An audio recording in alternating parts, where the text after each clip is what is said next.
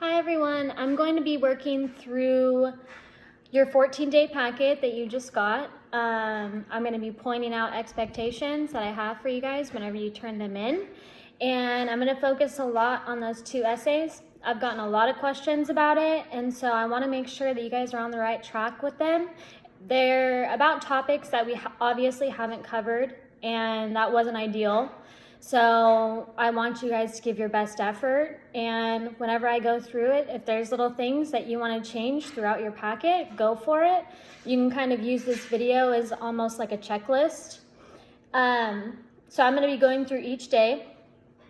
One thing that I want to tell you before we even get started is that April 14th and 15th, that's next Tuesday and Wednesday, you guys are going to be turning in your packets to Subaru School. What time? Between 10:30 and 12. And at that time, I'm pretty sure there's no 7th graders who need another packet because everything's on Google Classroom now. But if you do need a paper packet, they will be there for you. But everything for us is on Google Classroom, and it's much easier that way. So you can just work on it there, okay? I also have, I downloaded a text-free app, so I have a number that I'm going to give you guys so that you can text me if you have any questions at all regarding the packet. I'm also going to put it on the, right above this video and probably above all the other videos that I make. So we're going to start with day one. For the independent reading, I'm going to be treating this exactly like how we do our 10-minute reading logs in class. So that means that you can either, they give you the option to draw or write. If you draw, that's fine. The only thing that I ask is that you don't do stick figures. If you're writing, then I'm saying 3 to 5 sentences, just like what we do in class. So you can either do 3 to 5 sentences, writing a reflection, or you can draw, okay? The next thing that you guys had to do was the Notice and Wonder poster. For that, you're just putting down things that you notice and things that you wonder about the poster with the plants on it. If you don't use complete sentences, that's fine for this assignment. I didn't really make an announcement about complete sentences or not complete sentences, so if you didn't, that's fine. Probably 8 to 10 things would be good. Let's see, the next one. So you're reading source number 1 for invasive plant, that fact sheet. So you're just highlighting or underlining important ideas, annotating it, and I think they have a note sheet for you to take notes if you want to. Or maybe there's, yes. So there's note sheets too. If you did the source notes, you could do 8 to 10 things. That's probably what I'm looking for. Something substantial, because you are writing your first essay on invasive plants. That's why I asked for 8 to 10 things. Okay, so that's day 1. I believe that's all my notes for that. Yeah, so day 2. Same thing for the reading log. The reading log is going to be 3 to 5 sentences, or you're drawing, no stick figures. That's going to be the same for every single day. Reading numbers, or reading source number 2 and number 3, you're taking notes, same as before. I would expect 8 to 10 things on each one. And then you're creating a thesis statement. Okay, so for your thesis statement, I made this very similar to how we did it in class. If you guys remember, for our screen time article, we did whether or not we believed if screen time was harmful or helpful, and then we came up with 3 reasons why. That is a very similar concept to the thesis statement that they're asking for this essay. So you're talking about invasive plant species, and you're trying to help students and teachers understand what they are. So if you're trying to help someone understand what invasive plant species are, you're probably going to talk about 3 main things that are very important about them. Okay, maybe how populated they are, maybe where you can find them, maybe where they come from. Okay, and you're getting the information for these 3 things that you come up with from source number 3, source number 2, and source number 1. So you're coming up with 3 important things. So your thesis statement, I have an example right here. I put, to better understand invasive plant species, it is important to focus on 3 aspects. And then you're just gonna list the 3 aspects, okay? So that's how you could start your thesis statement. If you came up with a thesis statement and it starts a little bit differently, but you still have 3 things that you're gonna talk about for your 3 body paragraphs, that's completely fine. As long as you can tell me what the rest of your essay is gonna be about in that thesis statement, then you'll be completely fine, okay? For day number 3, independent reading, same as before, 3 to 5 sentences, no stick figures if you are drawing, okay? Drawing and writing will get the same amount of points. So it's not one gets more than the other or vice versa. Reread sources 1, 2, and 3, and you're completing the comprehension questions, the constructed response questions. Those are just like the ones that we do in class. They have to be complete sentences. I said to some students, I said you didn't have to reread sources 1, 2, and 3 if you felt like you fully understood it. But if there's a certain point in time where you get to a question and you have no idea about it, you might want to go back and reread it, okay? And then you're rereading and revising your article, thesis, or controlling statement if necessary. So if during this video you realize that your thesis might not be exactly right, you can go to that page, the part where you can revise it, and you can write down a new one if you want to. You can use the same thing that I said prior for day 2 if you want to. If you feel like your thesis statement is good and that you did it correctly and it talks about everything else that you're going to write in your essay, then that's completely fine. Then you don't have to even deal with it. Day number 4, same thing, independent reading, 3 to 5 sentences, or draw, no stick figures. Okay, for Brian's Return, so that's chapter 1 of a book, and you're going to be reading that just like we would read anything else, kind of like Rikki Tikki Tavi. How we read Rikki Tikki Tavi in class, that is how you would read Brian's Return. And then you complete the reflection questions, and then you reread the article writing prompt from day 1, and then you're writing a rough draft. So if you've already created a thesis statement and it contains 3 things that you're going to talk about, it's going to be very easy for you to write the rough draft on this day because you already know what you're going to talk about. So say that you're talking about how many invasive plant species there are, right? So what their population is. I might go back to the source that talks about how big their population is and look at that. If I want to paraphrase something from that source, I can do that. If I want to take a direct quote, I can do that, but I already know that I'm going to be talking about one thing. So you want to make sure that you have those 3 things that you want to talk about listed and written out so that it kind of guides you through writing the next 3 paragraphs. So you're going to be writing that rough draft on day 4. Day 5, independent reading, 3 to 5 sentences, or if you want to draw, just no stick figures, okay? You are rereading that chapter 1 from Brian's Return. However, just like I said before, if you read it one time and you feel like you understood it, then you don't have to reread it. But if you get to that, so the next thing is a writing prompt. If you get to that writing prompt and you have no idea what it's asking you, then you might want to go back and reread it. It's in your best interest too, so that you can fully understand what it's asking you. For reviewing the rough draft, so it says make revisions and compose the final draft. Okay, a revision would be like you finding 5 different spelling errors.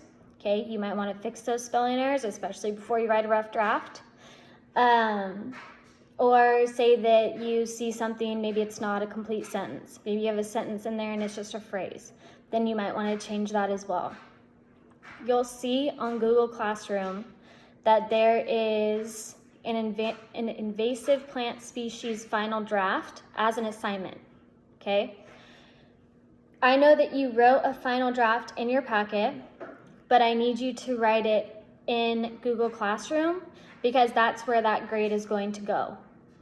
So if you've written it in your packet, all you have to do is copy it over to Google Classroom so that I can grade it from there, okay? I believe that's it for day 5. Make sure that your essays are 5 paragraphs, okay, just like a normal essay that we would do in class.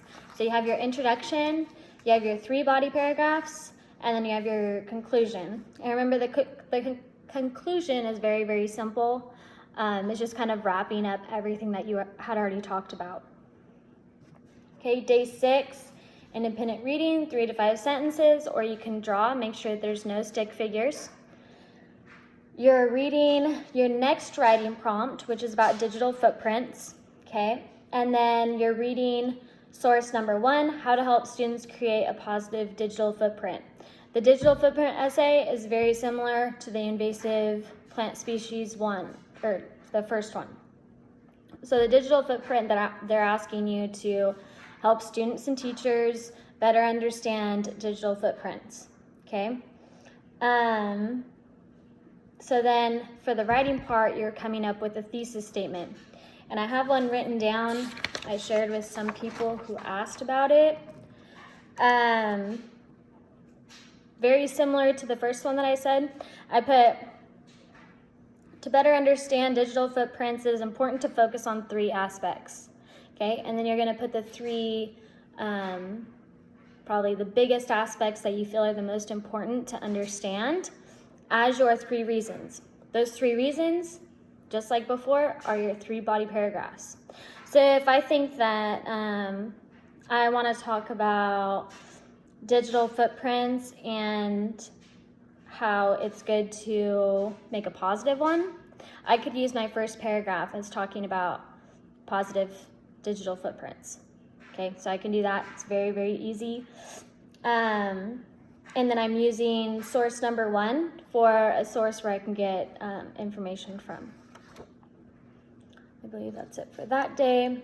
Day 7, independent reading, 3 to 5 sentences, or you can draw, no stick figures. You're reading source 2 and source 3. Digital citizenship is as important as potty training, and then now is the perfect time to clean up your digital footprint. So you can take notes on this, you can underline things. What am I thinking? On the notes page, whenever you're taking notes, I'm looking for 8 to 10, okay? Anytime in the packet, whenever you have to take notes, I'm always gonna be looking for 8 to 10 notes. And if you already did them and they're not in complete sentences, that's totally fine. But if you haven't done them, I would say to put them into complete sentences, okay? For day 7 writing, you're reviewing your rough draft and making revisions. You might want to make some revisions on this one because you haven't read sources 2 and 3 until day 7, and you had to make the thesis on day 6. So after reading the first article, you might have found more things that are more important in articles 2 and 3. So you can add those into your thesis, you can rewrite it. If you like the one that you came up with and you have 3 reasons and you have 3 things that you can talk about in those 3 body paragraphs, then you're completely fine. If you haven't written it yet and you're a little bit behind, you can use the one that I said, and then you can just fill in the 3 things that you want to talk about. But either way, that thesis statement needs to include everything that you're going to be talking about in the rest of your essay. Then day 8, independent reading, same as before, 3 to 5 sentences, or you can draw, just no stick figures. So you have comprehension questions on sources 1, 2, and 3. It says to reread it. However, if you fully understood the articles or the sources, then you don't have to reread it. If you come across a question that you don't understand I would go back and read it. It's just going to make your life easier. You don't have to guess and sit there and be frustrated about it. Okay. Day 9, independent reading, same as before, 3 to 5 sentences, or you can draw, just no stick figures. Okay, then you're reading the short story Connected, and you're taking notes, so 8 to 10 notes, or you're annotating it, so you can underline important things that are in the story.